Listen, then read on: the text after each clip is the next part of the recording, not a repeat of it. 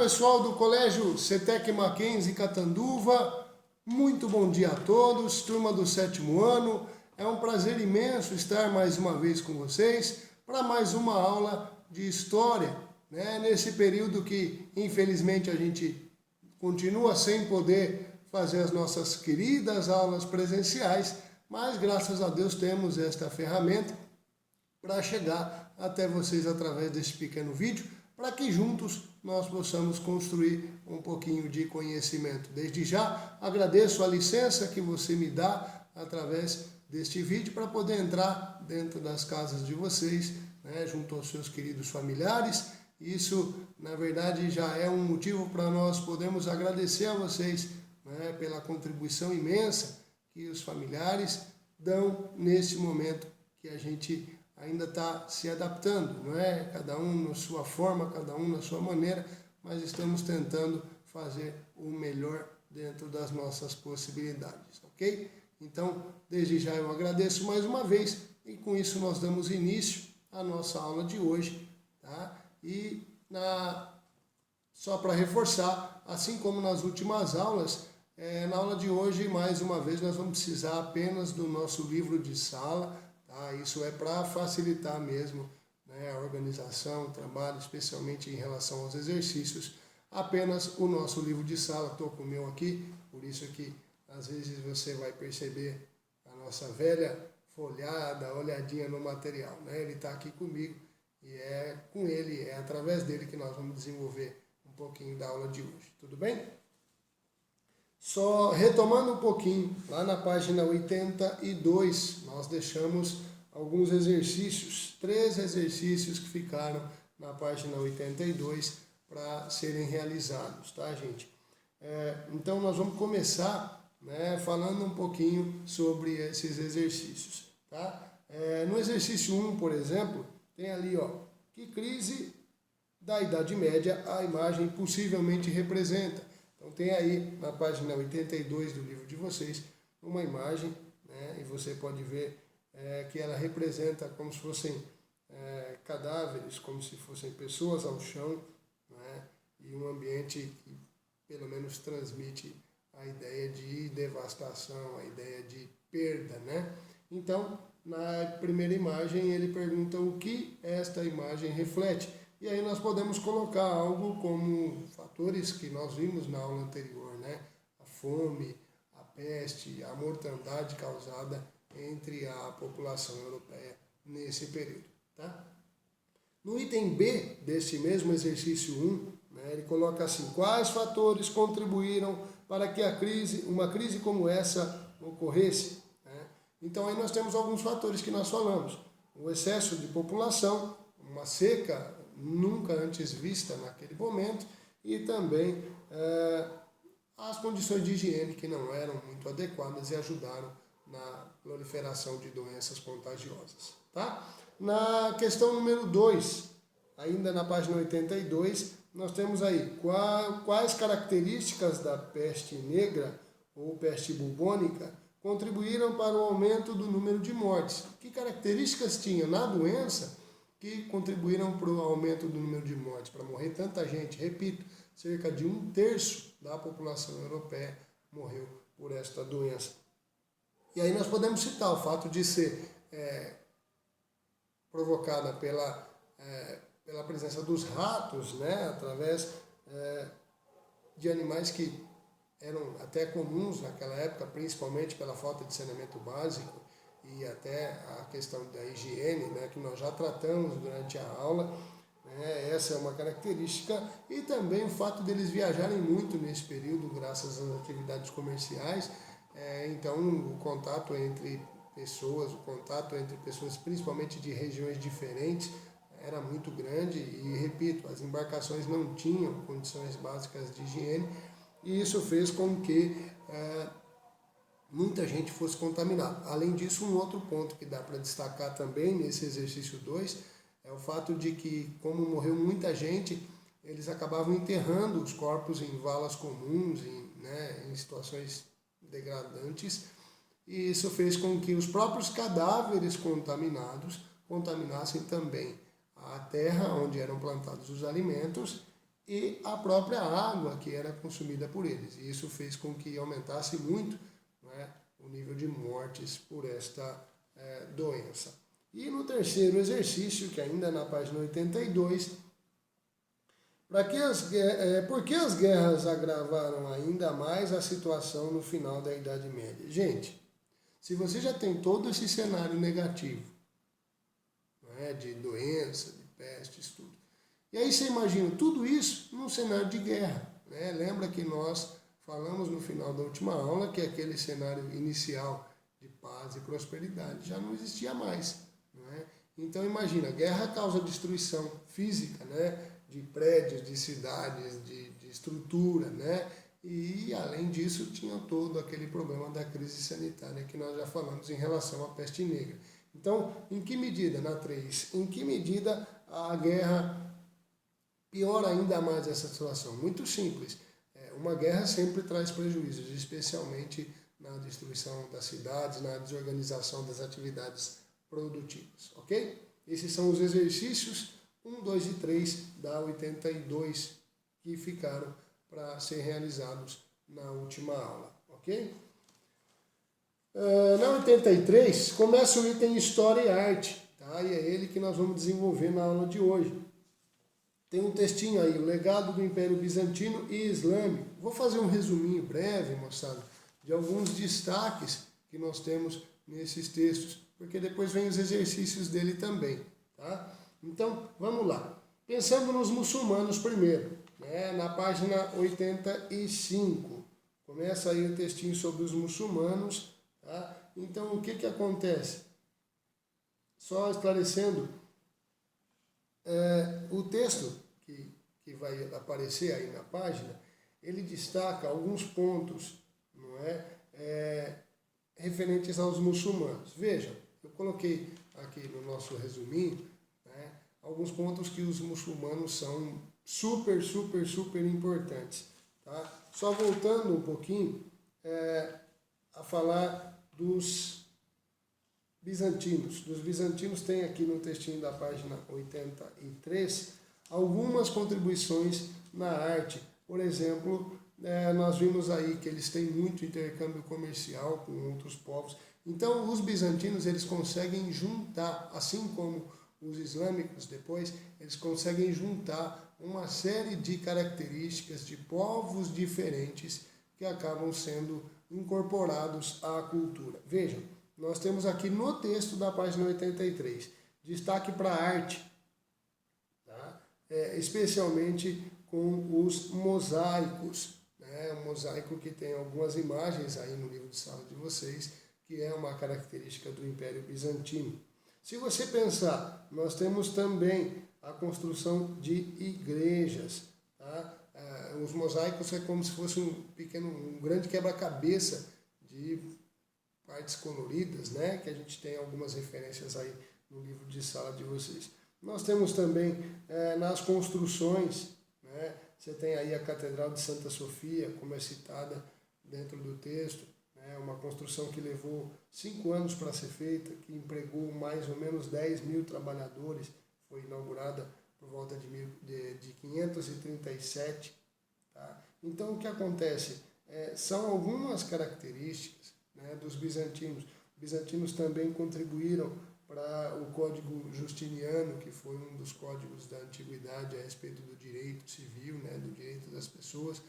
Isso fez com que esse Código de Justiniano também fosse absorvido pelos romanos e depois continuou sendo utilizado também para o direito atual. Então, muitas coisas, a base do direito atual é também influência dos bizantinos e dos romanos, ok? Nós temos também alguns destaques, né? Tem algumas perguntas aí na 84 que dá para fazer através do texto, tá? E depois nós temos também alguns destaques dos muçulmanos aí no texto da página 85. Vocês vão ver que a aula de hoje é basicamente uma sequência, né? Naquele item História e Arte, de texto e exercícios, texto e exercícios. Tá? Basicamente o que nós vamos fazer hoje é reforçar as características, né, de cada povo, dos bizantinos e dos islâmicos, para poder ajudar vocês, condicionar vocês à realização dos exercícios. Tá? Sobre os islâmicos, sobre os muçulmanos, por exemplo, que é basicamente a mesma coisa. Algumas contribuições deles. Várias bibliotecas públicas, tudo isso vocês vão poder ver no texto. Eu só resumi para ficar mais prático aqui. Tá? Eles construíram várias bibliotecas públicas, isso é uma contribuição enorme também para a cultura, né? E é um legado que os muçulmanos deixaram. Tá? E aí nós temos também, na matemática, outra contribuição importante, a numeração, né, incluindo o numeral 0, que até ali não existia. Tá? Outra contribuição importante, a álgebra, que é uma ferramenta de cálculo utilizada até hoje. Depois nós temos alguns destaques na astronomia, que é, por exemplo, o estudo dos eclipses. Né? Também química, é um trabalho com metais como o ouro, tá? Realizado pelos muçulmanos. Temos também na medicina, eles estudam a relação entre as emoções e a saúde física da pessoa. Na verdade, são ramos, são segmentos, né, de estudos que continuam sendo importantes até hoje, como esse na medicina, não é?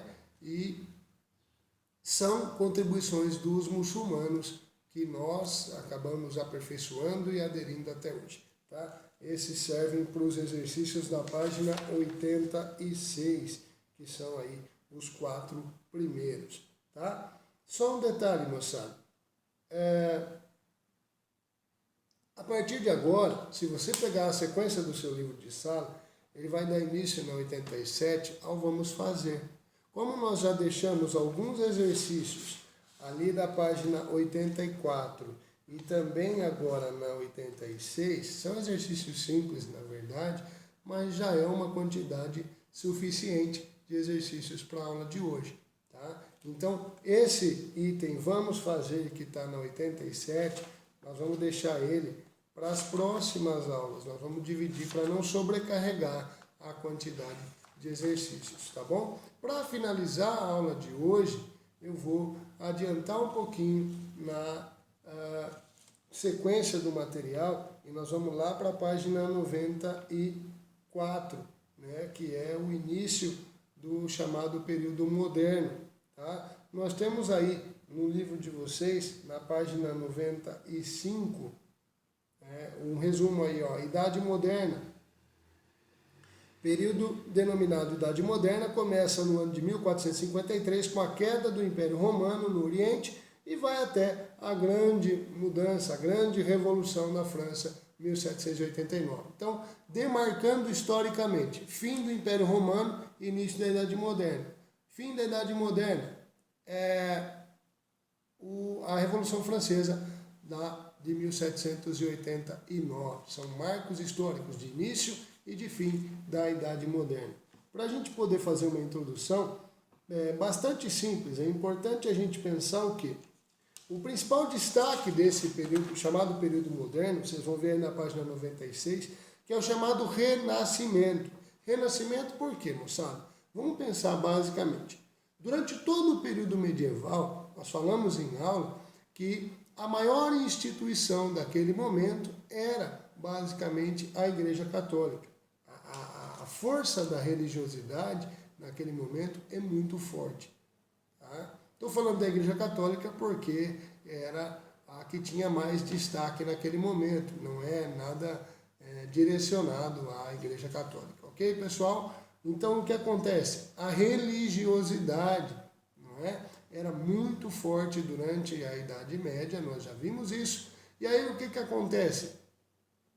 Essa religiosidade, ela diminui, né, o estímulo à pesquisa, à busca, a inovações, ok? Então, o que acontece? A Idade Média, ela é conhecida historicamente como um chamado período das trevas. Trevas no sentido de a igreja, a religiosidade explica os acontecimentos. Ela não deixa que os cientistas, que os estudiosos trabalhem. Por exemplo, se você pensar, só um exemplo, tá? Na medicina, a pessoa morreu. Ela morreu porque Deus quis, né? Aí um médico, um pesquisador, um cientista diz o seguinte: não, peraí, Deus quis, mas alguma coisa no corpo dela não funcionou legal.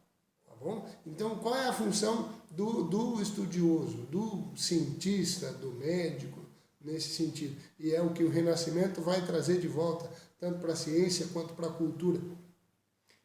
Percebeu que alguma coisa deu errado, alguma coisa não funcionou legal no corpo desse cara para ele ter morrido. Tá? Então, a Idade Média ela é conhecida como Idade das Trevas, basicamente por não permitir, por resumir a existência humana simplesmente na vontade de Deus. Muitas vezes, se você pensar no aspecto histórico, é apenas para manter uma questão de autoridade, de privilégios que os próprios religiosos e outros membros da chamada nobreza tinham, né? Mas basicamente, para a gente poder entender esse início da modernidade, é o Renascimento, não é? Ele fortalece muito a cultura urbana, né? Contrário ao rural, que era primordial dentro do feudalismo, e além disso, ele trabalha em 3 frentes. Ele estimula, né, esse renascimento do período moderno, ele estimula 3 frentes diferentes, que são a urbanização, o crescimento das cidades, né, o comércio e as artes. Okay? Como nós falamos, a Idade Média não estimulava esses aspectos e já a Idade Moderna vai trabalhar com esses 3 pilares muito importantes, que são a urbanização, o comércio e as artes.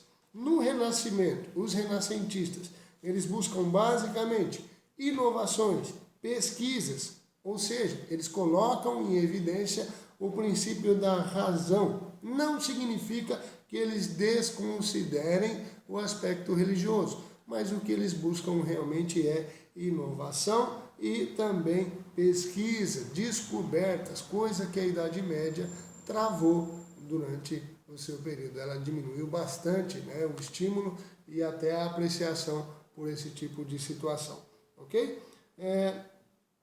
Então, só reforçando, o que acontece é que nesse período eles dão força, eles fortalecem, no período do Renascimento, fortalece-se muito a pesquisa, a ciência e a razão como explicação para os acontecimentos, ao contrário, não é, da religiosidade até simplista, né, que acabava resumindo a idade medieval. Okay? Só para poder finalizar esse conteúdo por hoje, o berço das ações, tanto culturais quanto científicas, do período renascentista é a Itália. Mas isso, nós estamos na página 97, nós vamos até aqui. Fizemos então essa introdução básica do período renascentista, que é o início da Idade Moderna, trocando a fé absoluta pela razão. Lógico, não significa desdenhar o aspecto religioso, não significa desdenhar a fé,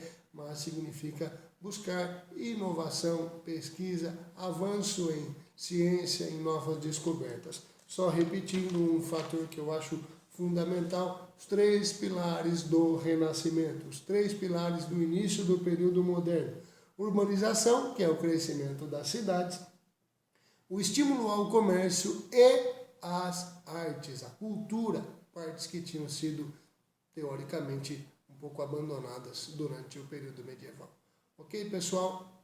Esse é basicamente a aula de hoje, tá? É o que eu queria transmitir para vocês, reforçando a ideia dos exercícios que foram deixados para hoje, tá? E então o que acontece, eu vou pedir para vocês, finalizando este vídeo, que quando você assistir este vídeo lá no nosso canal, lá no YouTube, eu gostaria muito para poder dar um retorno para vocês, até para facilitar a execução dos exercícios, eu gostaria muito que você, após assistir o vídeo tentando fazer os exercícios, deixe a sua dúvida, deixe a sua pergunta dentro dos comentários do vídeo. Tá? E aí nós vamos, durante a semana, gravar um novo vídeo só com as explicações das dúvidas. Então, por favor, deixe nos comentários do vídeo o seu nome e a sua pergunta, e na próxima semana, nos próximos dias, estaremos fazendo um vídeo para explicar as dúvidas de vocês, ok? Deixe lá nos seus comentários e nós vamos estar esclarecendo conforme os próximos dias, ok? E com isso eu encerro, agradeço muito a sua atenção mais uma vez e até a próxima, se Deus quiser.